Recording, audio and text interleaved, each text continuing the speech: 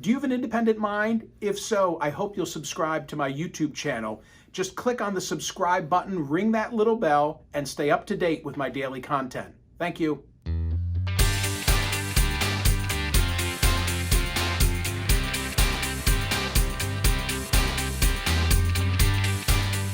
Garry Kasparov is the 13th world chess champion. He's also a deep thinker. Today, he's the chair of the Human Rights Foundation and the Renew Democracy Initiative. He caught my eye this week with an essay that he published in the Wall Street Journal under the headline, "Why Would Biden Want a Summit with Putin, whom he calls a killer?" This is Garry Kasparov. Garry, thank you so much for coming back to the program.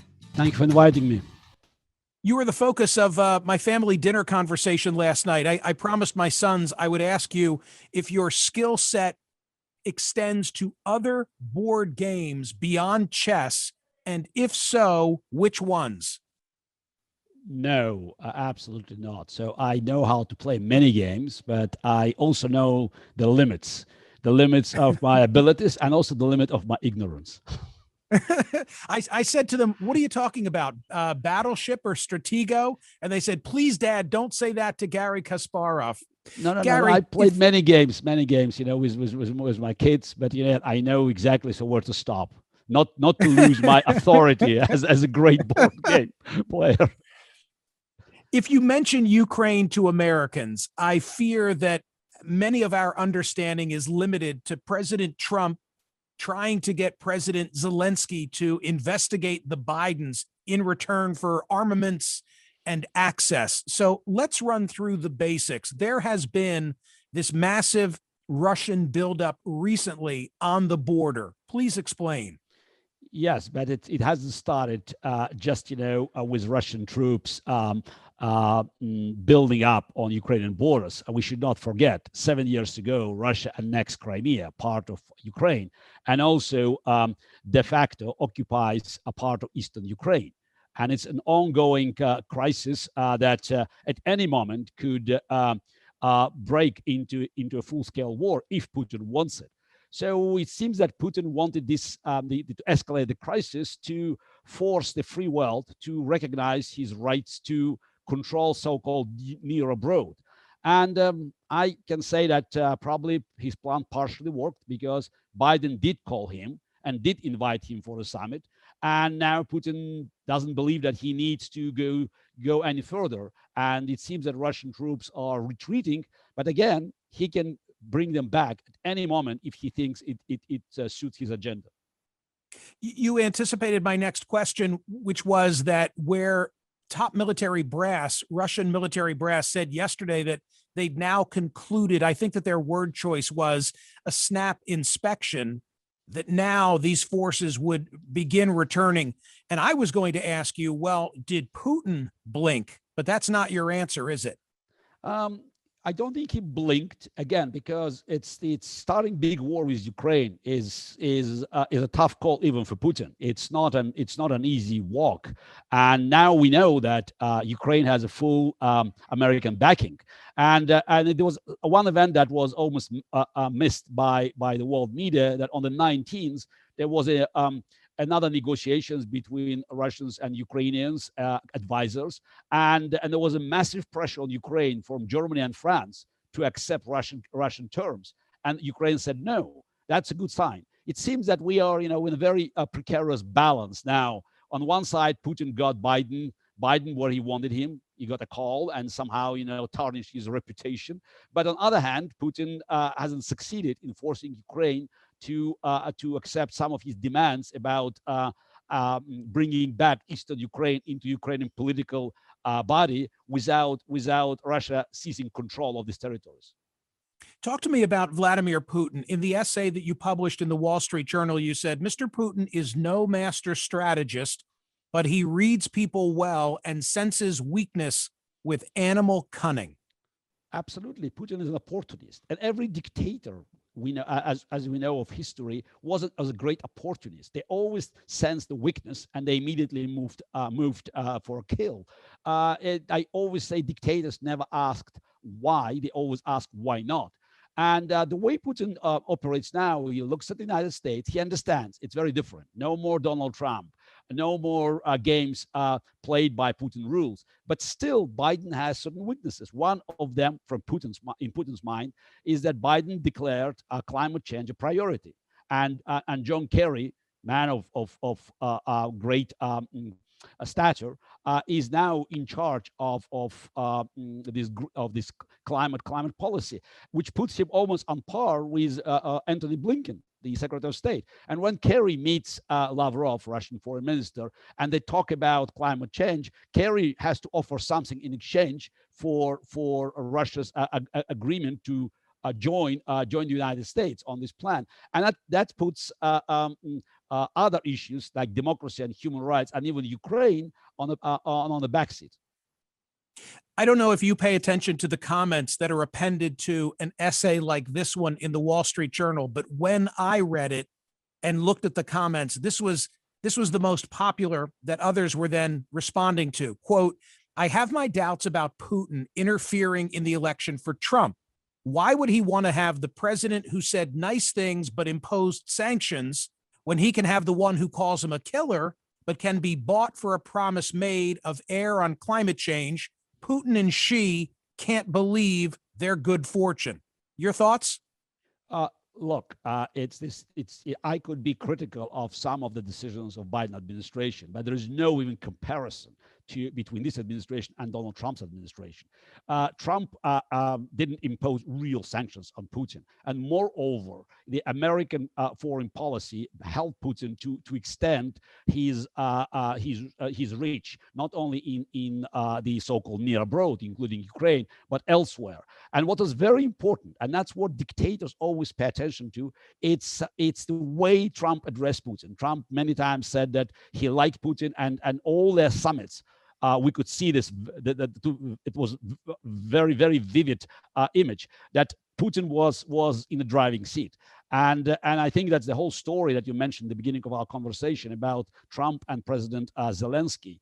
That was another demonstration that Trump was ready to use such important issues as Ukraine, Russian aggression in Ukraine, for his personal benefits. Trump projected a very, very negative image of the United States for the world, and it's directly, indirectly helped other dictators, especially Putin.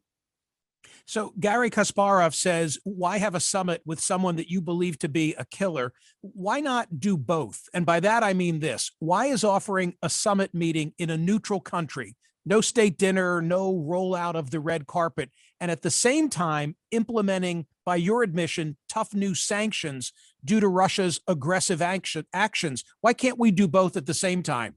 The question is, can you do both at the same time? This is the $64,000 question.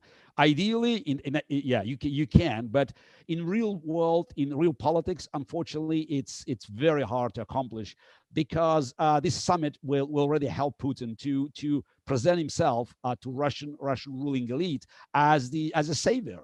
Sanctions, okay, fine, but at the end of the day, he's still, a big will in foreign policy, and even the U.S. president has no choice but to accommodate him. I think that this summit will not do any good, because at the end of the day, what could be on the table? Russia has fundamentally different view of the rest of the world and the international diplomacy, and Putin believes that he can do whatever he wants, irrespectively to the agreements that Russia signed and international treaties. America looks to the foreign policy from a very from the opposite angle, and I think it's the summit, the overall balance of this summit will not work into American favor, and it will not advance the cause of democracy worldwide. Garry, I'm curious about something. Alexei Navalny's videos are all over YouTube with very specific allegations of financial shenanigans, stealing by some of Putin's closest allies, complete with video. And he names names and he documents what he believes to be crimes. In a dictatorship that controls television with such an iron fist, why is Facebook, why is Google even allowed? Look, yeah, you're right. It's still allowed, but people can go in jail now in Russia for retweeting something. So for reposting a Facebook blog, you can get 2 years in jail now. Putin doesn't follow the Chinese strict model, though there's the more and more restrictions are being imposed in Russia. But they always follow any activities that they believe can go beyond the limit that they can tolerate. And we know Alexei Navalny is in jail. His life, is still hanging on a thread. The good news is that it seems that he decided to end his hunger strike under advice of his doctors. And the massive demonstrations in Russia, which, by the way, ended with more than 1,500 people arrested a couple of days ago, I think they led to some ease of Navalny's conditions. But he's still in Putin's hands. He's in jail, and I wouldn't stop worrying about his life. If he passes behind bars, if he should die, God forbid, behind bars, what ramifications does Garry Kasparov anticipate? For Putin, so far none, and that's a big problem. It's the I think that's if Biden goes along with this with the summit, he must impose certain conditions, and one of them, release Alexei Navalny. I mean, at least to get something out of Putin. And I believe that if Biden says the summit can happen only if Alexei Navalny is in your plane and you bring him, across the border with you, then at least I can see some justification for the meeting. So far, I haven't heard it from the U.S. administration. To circle back to Ukraine, Putin's Ukrainian policy, as I recall, was reportedly popular among most Russian voters, at least in the early years. Has that changed? Absolutely. I think people are sick and tired of that. And also they see the huge price they pay for Crimea, because Crimea doesn't have its enough natural water to sustain its economy and support its citizens. So they're always dependent on Ukraine. And now Ukraine, of course, is not willing to cooperate. And also the fact is that Putin has been threatening war on Ukraine didn't make him popular among Russian people. That's why in his latest statement, his so-called his address to Russian nation, he didn't even mention Ukraine. He knows that all these foreign policy adventures are no longer hitting the right buttons among Russian people, because the living standards have been shrinking, and Russian people want to know about what they have on their on what food they have on the table, not about what territories Putin wants to acquire. But Ukraine is not just about Putin's immediate attacks. Ukraine demonstrates that Putin doesn't believe in the fundamental principles of diplomacy that had been established after World War II. International treaties, agreements between the countries, everything can be thrown away if Putin believes it helps his agenda, and his agenda is very simple: stay in power at any cost. A final thought. I believe that most Americans are supportive of President Biden saying that all troops will be out of Afghanistan by the 20th anniversary of September 11. I similarly question the will of Americans to stand between Vladimir Putin and whatever his intentions might be in Ukraine. Look, you just open another big discussion. I think it's a bad decision.